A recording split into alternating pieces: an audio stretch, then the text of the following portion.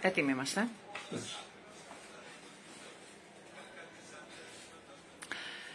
Λοιπόν, αφήνουμε το Βαλκανιζατέρ για να συνεχίσουμε, κυρίες και κύριοι, και όσοι είστε και στο Facebook μπορείτε να μας παρακολουθήσετε και ζωντανά. Είναι εδώ κοντά μας ο κύριος Ιπποκράτης Γουδέλης.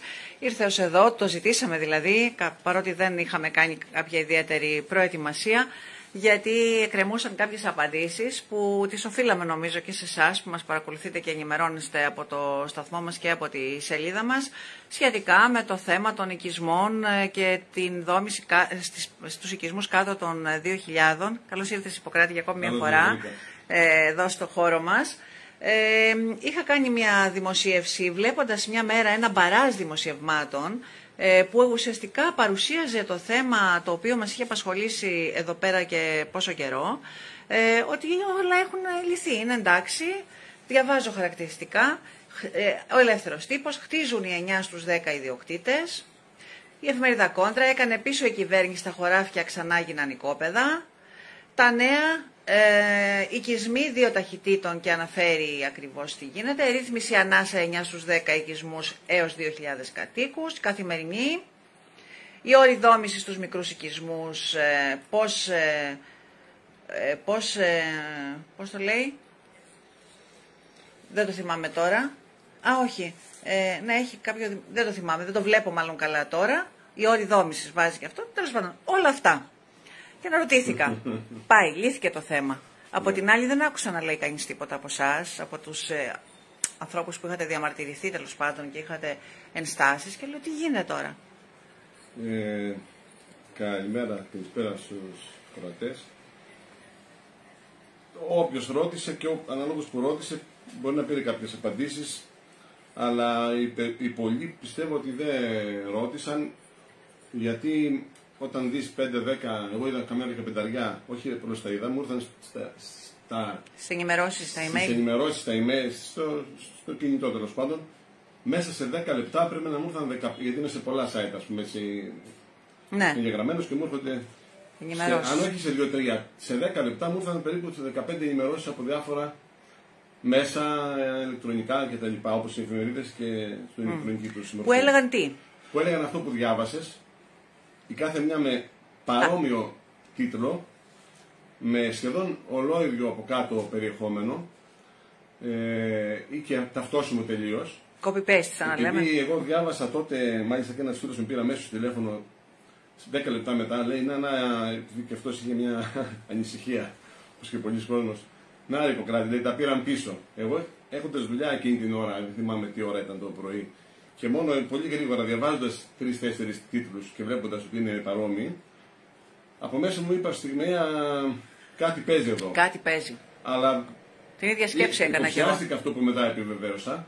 Δεν μπορούσα να το αναλύσω. Στο φίλο μου είπα, μην κάνατε μικρό καλάθι, άσε να τα διαβάσω πιο μετά και να δούμε και να σου πω. Μακάρι να είναι έτσι, αλλά φοβάμαι ότι είναι τεχνητή, ας πούμε, στοχευμένη αντίδραση του Υπουργείου για να διασκεδάσει κάποιες εντυπώσεις και να ο κόσμος να ρίξει λίγο τους τόνους που ήταν πολύ. Έλπιζα βέβαια να μην είναι έτσι, αν και το φοβόμουν.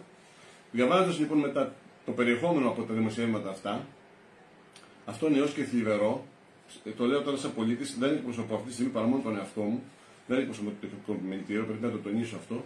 Μπορεί να πει την άποψή του. Δεν είδα και καμιά δημόσια τοποθέτηση όμως. Δεν είμαστε κουβέντας, επειδή έχουν αλλάξει, φαίνονται να αλλάζουν ή να μην αλλάζουν κάποια πράγματα. Με πήρες πριν ένα τέταρτο μισή ώρα, ήρθα πολύ πρόχειρα με αυτά τα πρόχειρα που βρήκα. Απλώς να πω την ουσία μέσα σε 5-10 λεπτά σε όποιον θέλει να ενημερωθεί.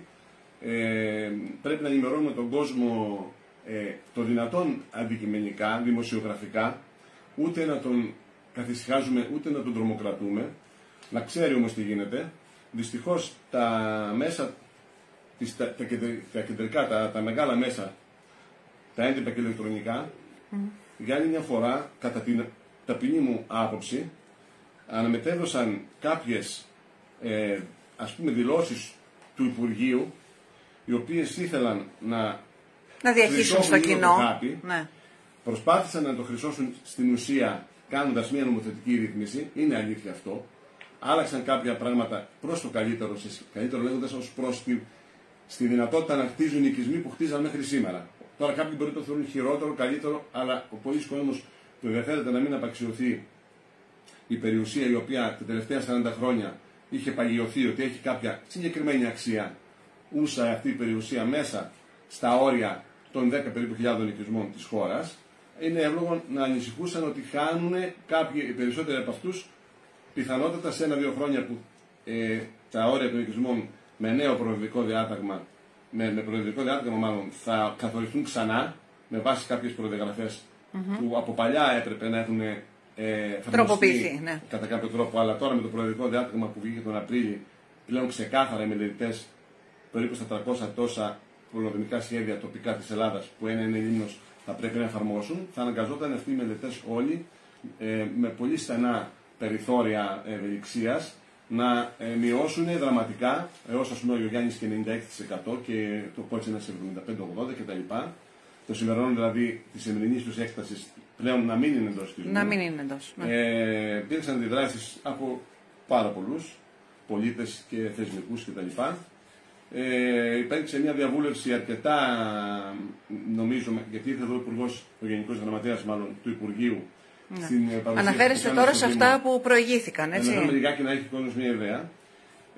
Είπε ότι έχει μια συνεχή διαβούλευση με το Συμβούλιο της Επικρατείας, το οποίο είναι ψηλό άκαμπτο σε κάποια, να μην είναι ευέλικτο και να αλλάξει κάποια πράγματα. Έχει πολλά να πούμε εκεί, δεν νομίζω να πούμε τώρα.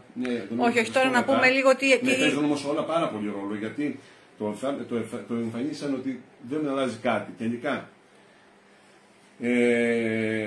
τα δημοσιεύματα αυτά που γράφανε ότι 9 στους 10 ιδιοκτήτες δεν θίγονται, κάποια γράφανε 9 στους 10 οικισμούς δεν θίγονται. Το 9 στους 10 οικισμούς δεν θίγονται έχει μια μικρή βάση. Το 9 στους 10 ιδιοκτήτες είναι τελείως στον αέρα. Αν κάποιος πέρα από το τίτλο διάβαζε πιο κάτω αυτά που το ίδιο το δημοσίευμα πιο κάτω ανέφερε. Που ανέφερε το Υπουργείο βέβαια και τον μετέδιδε το μέσο, θα καταλάβαινε λίγο, αν ήταν βέβαια τεχνικός ή είχε κάποια εξοικείωση με τα τεχνικά, ότι όταν στα σημερινά χωριά χτίζουμε μέσα σε οικόπεδα που είναι 100, 200, 300 τετραγωνικά και πλέον με τη ρύθμιση για να χτίζεις στα όρια πέρα από το συνεχτικό τμήμα του οικισμού που λέμε, που είναι τα πυκνά τα σπίτια μεταξύ τους γύρω από την πλατεία και κάποια διάμετρο 100-200 μέτρα, είναι το πυκνό κομμάτι του οικισμού το οποίο παραμένει ως έχει. Ως έχει δεν αλλάζει. Και όπου είναι χαρακτηρισμένοι οικισμοί με τον όνομα Σφουνάκη. Περίπου 100, 200 ή και 300 μέτρα γύρω-γύρω από αυτό το κομμάτι ήταν καθορισμένα από το 85 περίπου τα όρια των οικισμών. Αυτοί που την ονόμασαν ζώνη Γ, δηλαδή από το πυκνό κομμάτι του οικισμού μέχρι το όριο του οικισμού που καθορίστηκε πριν 40 χρόνια, η ζώνη Γ, που είναι το 70 περίπου συνήθως των οικισμών, είναι απλωμένο κάτι, με αραιή δόμηση, είχε τέλος πάντων. Εκεί τι θα γίνει? Ήταν να καταργηθεί εξ ολοκλήρου με τα καινούργια όρια η δόμηση. Ή αν έχει 2 ή 4 στρέμματα να χτίζεις.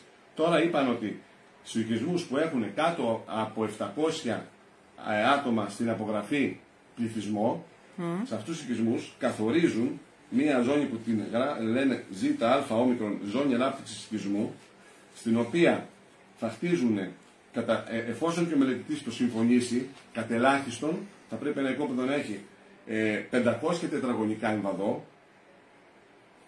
έως 2.000 και 10 μέτρα πρόσωπο σε κοινόχρηστη οδό. Κατ' ελάχιστον, δηλαδή μπορεί ο μελετητής να πει όχι 500 και 700 ή 800 να έχει όριο μήνυμου ή όχι 10 μέτρα, 12 και 15. Αλλά ας πάρουμε ότι ο μελετητής που θα συνυπολογίσει και θα δει άλλα πράγματα στον κάθε οικισμό έχει τη δυνατότητα να είναι στα περισσότερα χωριά στη Λίμνο, που είναι εκτός αν και είναι πάνω από 700 και είναι ας πούμε ίσως η Ατσική, ο Αγιοδημήτριος, ο Κάσπαρας. Να μιλούσαμε λίγο αυτά, είπες μέχρι.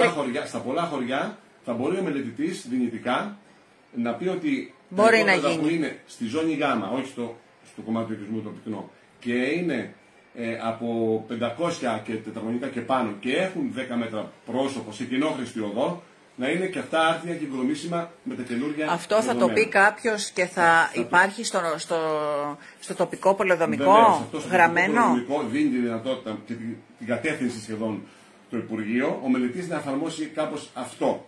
Βέβαια, Το αγκάθι είναι το εξής. Αυτό τι θα είναι στη διακριτική ευχέρεια του κάθε του μελετητή. Όμως κοινόχρηστοι στο στα χωριά, σε αυτά τα τμήματα που είναι η ζώνη Γ, γιατί μέσα στο χωριό είναι διαμορφωμένοι δρόμοι από πολύ 50 και 100 χρόνια πριν και ξέρουμε λίγος πολύ, εκτός κάποιες μικρές λίγες περιπτώσεις σε πολύ στενά, ας πούμε, που λέμε εδώ στη Λίμνο Σούδα, τις περισσότερες, ας πούμε, περιπτώσεις ξέρουμε ποιοι είναι οι δρόμοι μέσα στο πυκνό κομμάτι του οικισμού.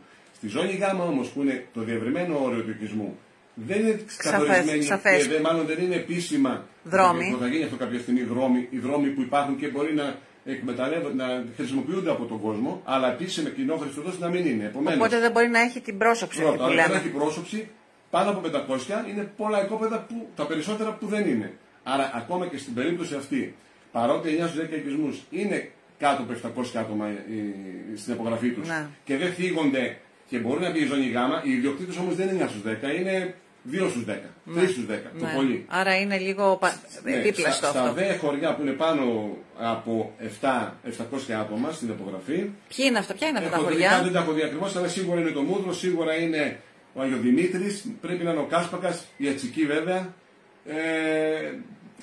Δεν τους αγγίζει αυτό. Όχι, εκεί βάζει πιο αυστηρά όρια. Λέει ότι εκεί πρέπει να έχει 2 έως 4 στρέμματα σε κοινόχρηστη οδό. Την ονομάζει την ζώνη αυτή αντί για ΖΑ όμικρον κάπως αλλιώς, να σας το πω.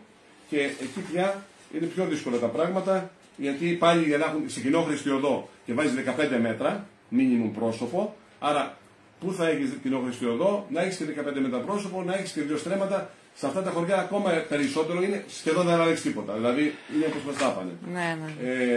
Δυστυχώς. Άρα μικρές αλλαγές, δηλαδή ουσιαστικά αυτό μόνο για τους κατοίκους μέχρι 700. Δεν αφορά τα δημοσιεύματα, αλλά αφορά αυτό που μας είπε. Δεν το είδα γραμμένο κάπου στην ρύθμιση, αλλά μας το είπε ο Γενικός Γραμματέας και θεωρώ ότι θα το τηρήσουν. Είναι ότι επειδή στους παραδοσιακούς οικισμούς που θεσπίστηκαν στη Λίμνο θεσπίστηκαν με προεδρικό διάταγμα, ενώ τα όρια όλα αυτά που λέμε είναι με απόφαση νομάρχη κρατικού διορισμένου βέβαια, αλλά όχι. Δηλαδή τη πολιτεία, τη κεντρική εξουσία ήταν και τα όρια αυτά. Δεν ήταν των νομάρχων. Αφού διορισμένοι ήταν του κράτου. Πάντως δεν ήταν προεδρικό διάταγμα τα όρια του 1985. Τα όρια όμως που βγήκαν των παραδοσιακών οικισμών, μάλλον ο χαρακτηρισμός των παραδοσιακών οικισμών έγινε με προεδρικό διάταγμα.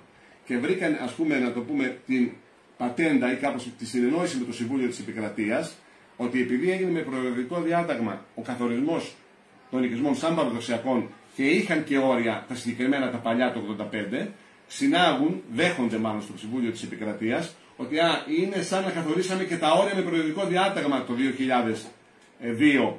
Επομένως στους παραδοσιακούς, που είναι βέβαια αρκετοί στη Λίμνο, είναι σχεδόν η μισή, Κορνός, Θάνος, Πλατή, Κάσπακας, Παιδινό, όχι Παιδινό, συγγνώμη, το Παιδινό δεν είναι αρκετή. Το Καμίνια νομίζω δεν είναι. Το Καμίνια είναι αρκετοί οικισμοί. Λοιπόν, αυτοί δεν θα αλλάξουν τα όρια τους κατά 99%. Μάλιστα. Αλλά παραμένουν βέβαια αρκετοί άλλοι που θα αλλάξουν. Αυτά είναι σε τώρα υπάρχει γι' αυτό κάποια αντίδραση από το επιμελητήριο, δηλαδή θα γίνει κάτι ως προς αυτό ή δεν βλέπω κινητικότητα? Κινητικότητα δεν ήταν και ιδιαίτερη και πιο πριν. Τώρα δυστυχώς επειδή έχει καμιά φορά με το Χότζα, δεν μην πούμε την ιστορία που έβαλαν μέσα του, τα βγάλαν όλα και τα ξαναβάλαν και δεν είναι ευχαριστημένος όλα τα ζώα εκεί που κοιμόταν. Μας πείσανε ότι τα πράγματα δεν αλλάζουν και οπότε να είστε κατά κάποιο τρόπο και ευχαριστημένοι.